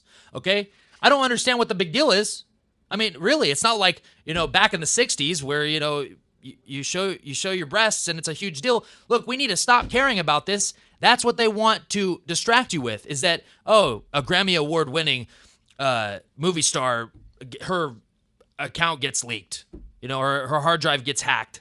Who cares? Really? It's unbelievable. Stop caring about things that don't matter. Wake up, read a book, pay attention, okay? Stuart, some more about this California corruption payoffs. A new auditor's report has accounted for nearly 200,000 hours of unearned leave worth in excess of $6 million. And so they're just throwing away public money. Probably no one will even get in trouble for it.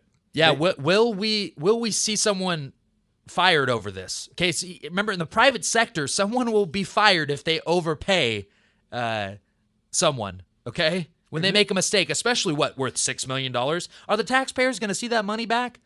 I highly doubt that, because remember, when the government screws up, they just get more money every time they screw up. So they almost have an incentive to screw up. It's unbelievable, Stuart. They say that, the answer to it is some of them could have been prevented, some of these errors, with automated control. Really? Could that would have helped. Would automated control really have helped that? So if no one gets in trouble for this, then we have to consider it payoffs. Yeah, I mean, can we just pay people, I don't know, 1,000 times more than what they're supposed to get paid and not get in trouble with the taxpayers' money? I mean, that's pretty much what happened. I mean, we need to see some backlash. We need to see someone thrown in jail, okay? Just like Lois Lerner. I mean, we need to start putting people in jail for their crimes. Just because you're a government worker does not mean you're exempt from the law. Stuart, they call it scandals. What it is you're right. Crimes. Yeah, it's not scandal. It's a crime. It's crimes, and they need to be held accountable, or there will be no end to it. Yep, I agree. Moving on here to the border. Stuart, they have men with beards that are graying with more wrinkles than the teachers in Massachusetts now. There's illegal aliens from Guatemala enrolling in the public schools there who are at least 35 years old, and that's coming from the school administrators. And so it's just... Can anyone really even believe that? I mean, I'm at a loss for words. What is that, Stuart, CNS News? That's out of CNS News, and they say that if we question the school administrators say that we are not allowed to question the identities of these people to verify their age, because the Department of Justice will say that you're racist and discriminating against these people with 35-year-old men with graying beards in high school classes with your young daughters. Yeah, so we're putting, not only are we paying for their public education, they're not in the age group where you're supposed to be able to get public education. I think it's in Massachusetts, it's 3 to 21 age group. Well, when you have men that have hair that's gray and they're 35 years old and they're sitting in classrooms with, I don't know, 6-7-year-old kids, do you think that's a good idea? Undocumented illegal immigrants getting public education.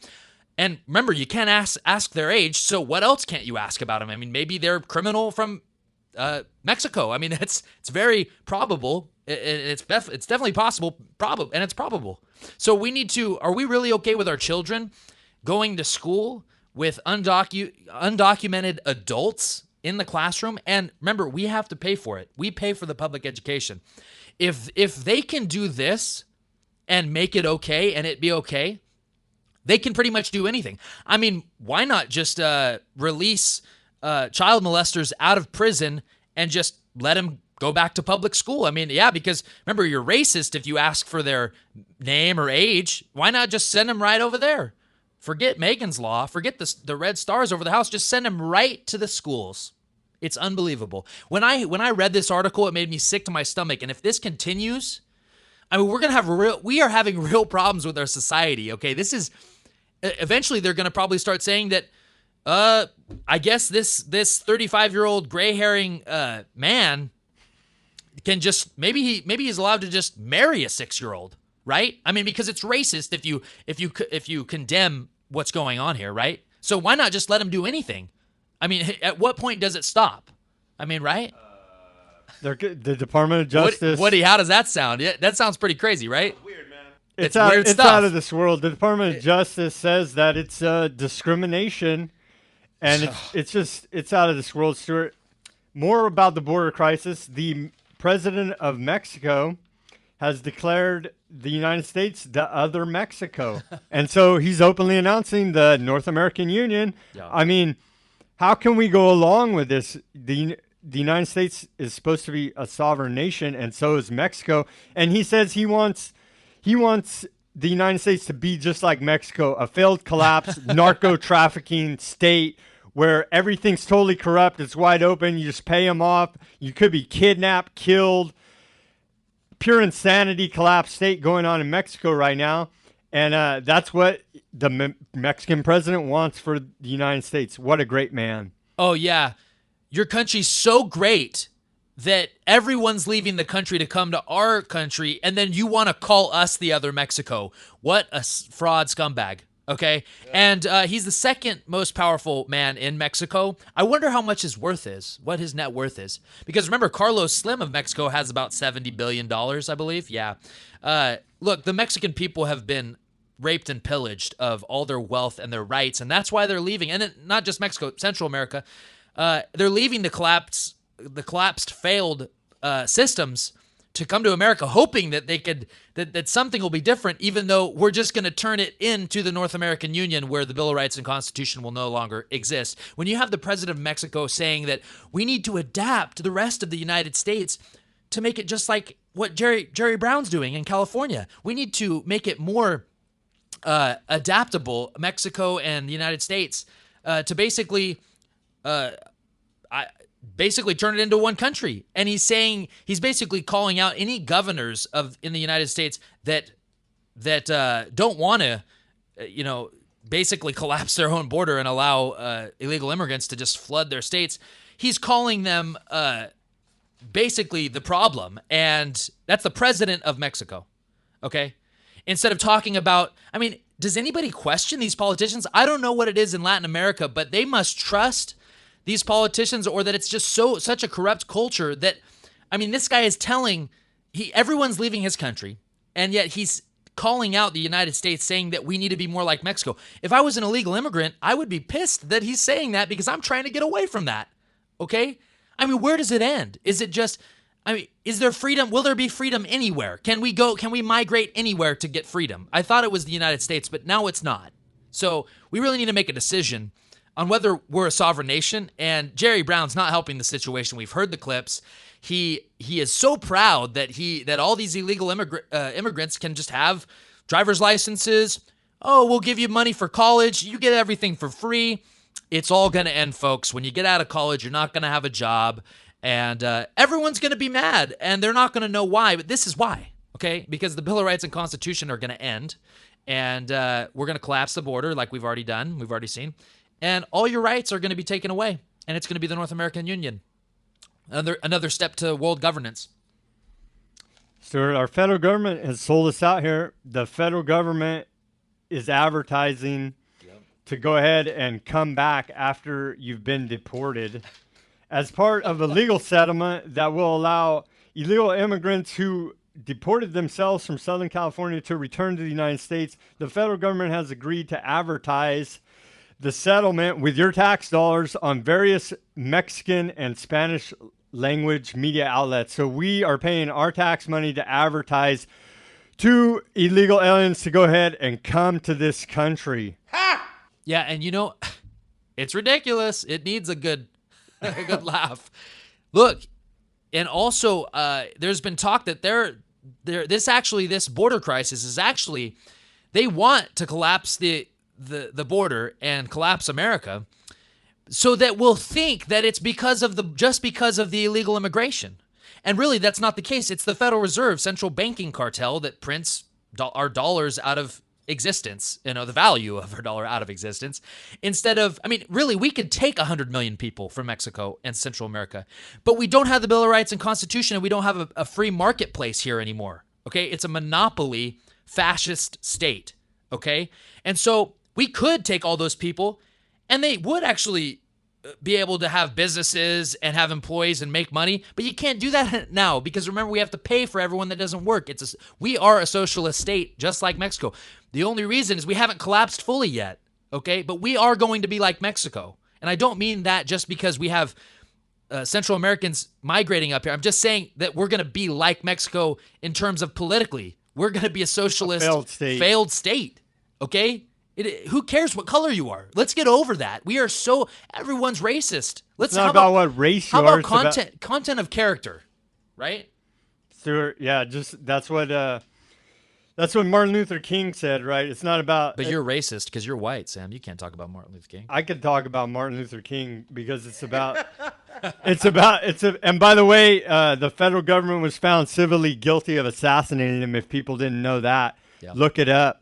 But more, about Martin Luther King. Where's all the black leaders talking about why did the federal government assassinate him as they were found civilly liable for? Okay, where are the black leaders? Where's Al Sharpton and Jesse Jackson talking about that? They're not going to talk about that. Look it up. It's a fact. But judge a man by the content of his character, not the color of his skin. All right. The whole point of us being against illegal immigration is we don't want to live in a failed state like we see all through Mexico and Central America. And that's exactly what's going to happen when this overrun of illegal immigration collapses our system through the Cloward and Piven strategy, how we continue to go over. It's part of their controlled collapse, and it's all been written, studied. Please look it up. If you don't believe what we're saying, it's all well documented that this is the plan by the technocrats to bring in the North American Union. It started 20 years ago, even before that, but on record with NAFTA. And now look up the Trans-Pacific Partnership. That's another behind closed door secret trade deal that's going to empower the international bankers and multinational corporations they control and screw over all the little people, the immigrants included. Maybe we start a movement saying we'll take all of Central America and Mexico as long as we have the Bill of Rights and Constitution and a free marketplace to operate. And we'll prove that, that's what it's about. It has nothing to do with your race. It has to do with the political system you live under. Is it a free market or is it communist? And that's really what it comes down to. And we could take everyone. We could take 1 billion people in this country, okay, if we had the free marketplace. Okay, but we don't have that anymore. That needs to be understood. Folks, we got to take a quick break. Here's a word from our sponsors. Supporting local businesses? Do you want to help them succeed? So do we. The Thrifty Nickel Want Ads is a family-owned business that has been a big part of the local community for over 30 years. Our goal is not only to produce a paper that is not only successful, but enduring.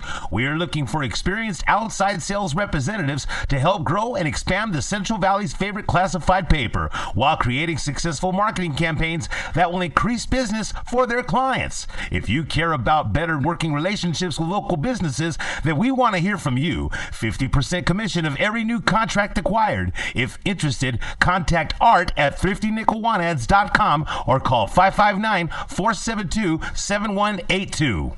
Listen up, Fresno. Are you tired of boring local news coverage? Then log on to FresnoForward.com, the Central Valley's #1 source for independent, local, and alternative news and views. FresnoForward.com is updated daily, bringing you stories on government corruption, local activism, Fresno culture, and so much more. Did I mention FresnoForward.com has no ads or signups required? FresnoForward.com. You'll love it. We all know that a natural disaster, EMP attack, and martial law are a real possibility. Prepare before the crisis because FEMA can't and won't keep you safe. Tops Military Supply. Veterans serving veterans, their families, and the community. Visit us at 605 West Shaw, Suite A, Clovis, California, or call us at 559-298-6001. folks, we're back. We're going into our final segment of our second hour of the broadcast. I'm your host, Stuart Webb, along with my co-host, Sam Chaney. This is We Are Change Fresno on 1680 AM. We've been amped this whole hour, and because we're angry, but we're also excited. Best of times, worst of times. There's a lot we can do if you just empower yourself. And we work all day, and guess what? Instead of watching the preseason football game, we're fighting tyranny, and we're trying to expose criminals and the elite, and we're trying to change and persuade your way of thinking so that we can change what's happening. Okay, that's what it takes. We need to mold your mind so you want to fight tyranny instead of watch the game. Okay, because that's what a real man does.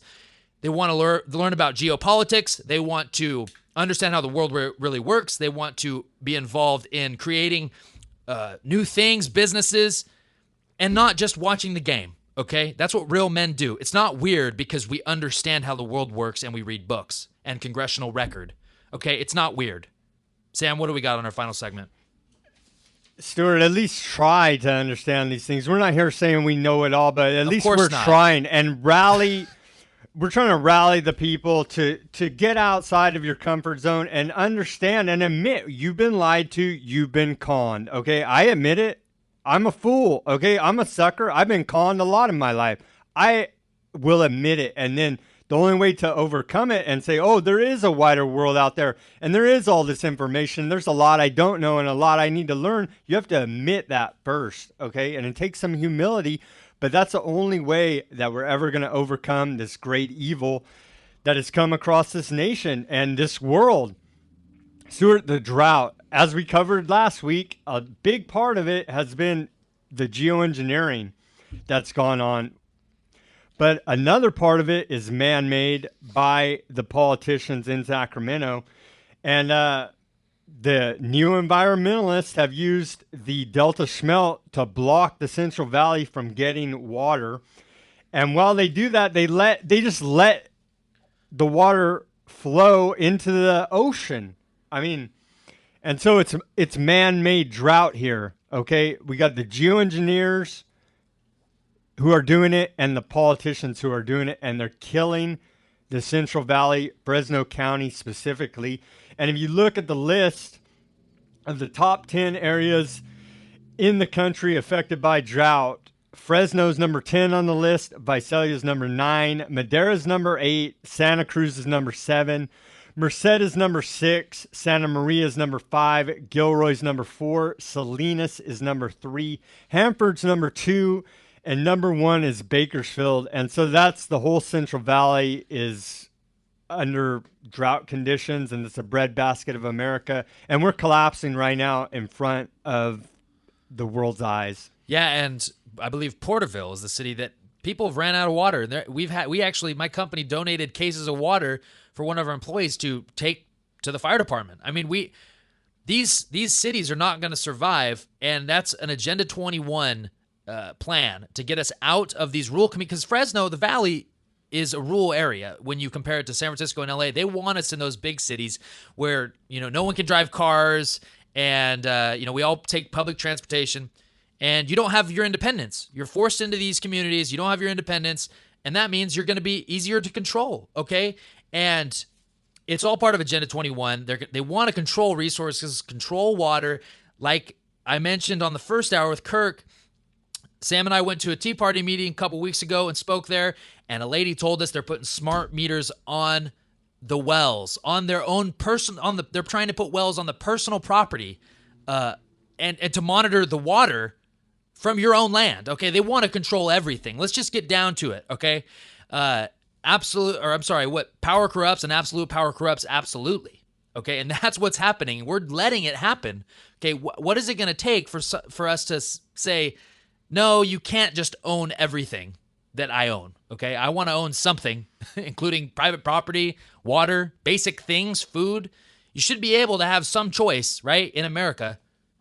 The elephant in the room about this whole drought that nobody wants to talk about is the geoengineering, stratospheric aerosol spraying that's going on We need you to look it up. Please look it up. Look into what we're saying. That's the elephant in the room. Nobody wants to talk about. Yeah.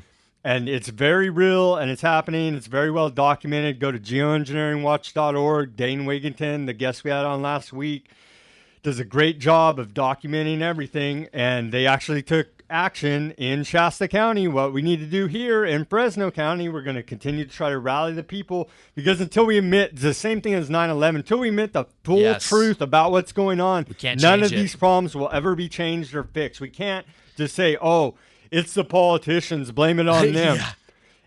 It's a lot bigger than that, folks. Like the intro to our show says, we are fighting the scientific dictatorship. Understand that, know that. All right. Moving on here to some more of the scientific dictatorship. A recent poll was given at McGill Cancer Center, where 3 out of 4 of the doctors who are giving chemotherapy treatment to their patients will not take the chemotherapy for themselves. So that makes me ask myself the question of, who are these people? Because they'll administer the treatment to their patients, but they won't take it for themselves. Okay, 3 out of 4 doctors, that's 75% of doctors in this poll, will not take the chemotherapy treatment that they're giving to their patients. That should make you call into question the medical establishment, especially the cancer treatment. Yeah, the American Medical Association is a mafia. In the 80s, I believe it was, they tried to sue chiropractors for practicing without a license, until the chiropractors said, oh, we're going to just sue you for not having a license to practice chiropractic. So licensing, that'll be a whole nother show. But the fact that just to practice anything basically now professionally, you have to have a license. Okay, so that means the government gets to decide, and unions, but it's all intermingled. Okay. Just to be able to practice and to provide for yourself, you have to have government approval. You have to have a license. And it's just, look at the hypocrisy. What, 75% of the doctors won't even take the treatment they're giving to their patients. Folks, the big pharma is legal drug dealing, okay? Let's get that through our heads, okay? I'm not saying cocaine and heroin and street drugs are good. I'm just saying that they have a monopoly on dealing drugs. And the government controls all that too. And they can misdiagnose or overdiagnose, which it's been said that ADD's been overdiagnosed to almost all children that have it. They don't actually need it. It's meth for children. Let's get down to it. I know what that drug does. And burns your brain out. It burns your brain out, and we should not be giving it to 9-year-old children. Okay, absolutely not. But the thing is, you're still stuck in the paradigm that the doctor is God, and he's not God. So we need to wake up and start questioning a little bit more our doctors. And if they're not willing to take the treatment to give to their cancer patients, I mean, No, do these guys have a conscience? I mean, where's the ethics? Payoffs. Know this about the modern medical establishment. It was founded by the Carnegie and Rockefeller Foundation, and that's mainstream history. Go look it up, and you'll get a better understanding about this medical tyranny that we're under. Luckily, some people do have a conscience working in the government. Recently, a CDC whistleblower, William Thompson, came out of the shadows and admitted that he had omitted vital data from a 2004 study on the MMR vaccine and its connection to autism. And so we got to give him credit for that, but he still backpedals a little bit and says, well, maybe there's not a connection. I mean, autism, like we covered on the last show, is off of the charts. What is it, Stuart? 1 in 50 boys, or... You hear those commercials, it's like 1 in 88, it changes. It's probably higher than that. But the fact that 1 in 88 children, the CDC numbers on their own website say 1 in 68 overall, and then it's a higher in boys. Yeah, but maybe that's in boys. But in the commercials it says 1 in 88, and we're talking about Lou Gehrig's disease. Oh, let's dump a bucket of ice over our head for But we got 1 in 88 kids that have autism. Soon it's going to be 1 in 4 kids. I mean, right? This is the scientific dictatorship that we are talking about, and man, it's horrible. We're under attack at all levels. There's no rain here because water can't evaporate. okay? Because we're being sprayed by sulfates. Okay, just start looking into things a little bit instead of just saying, oh, it's so terrible. Because if you just keep saying, oh, it's so terrible, these guys are scumbags, and then sit down and watch the game, you're part of the problem. I'm sorry. And you're also, you're just being ignorant. And you know it too. And that's the problem, is that you're just admitting that you're you're willfully not doing anything about it. And the problem is that if you fully admit that we need to do that, this is all going on, you will be forced, you're conscious, if you're a good person, you'll be forced to start taking action and start caring. And so that's why we're here, folks, because we're trying to get people, pick a side, choose a side. Yes, you have to start choosing.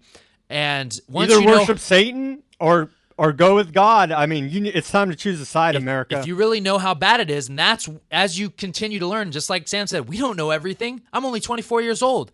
I was depressed for a full year figuring out what they're actually doing. It depressed me heavily, but you have to get past that, and you have to be willing to take the red pill and start really doing some investigation, and then you will know, your conscience will tell you that you have to do something. And so, yeah, get off your butts and stop watching the game. Okay, 1 in 88 kids have autism. There's something wrong. Okay, it's not going to go away. It's going to be 1 in 2. It's going to be 50% of the population. We're under attack at all levels. So there's some solutions, some final good news that's going on. California legalized selling food made at home. Wow. Wow, maybe we do have a little bit of freedom. I guess they gave us a little bit of freedom back from all the freedom they took away. They give us some crumbs here.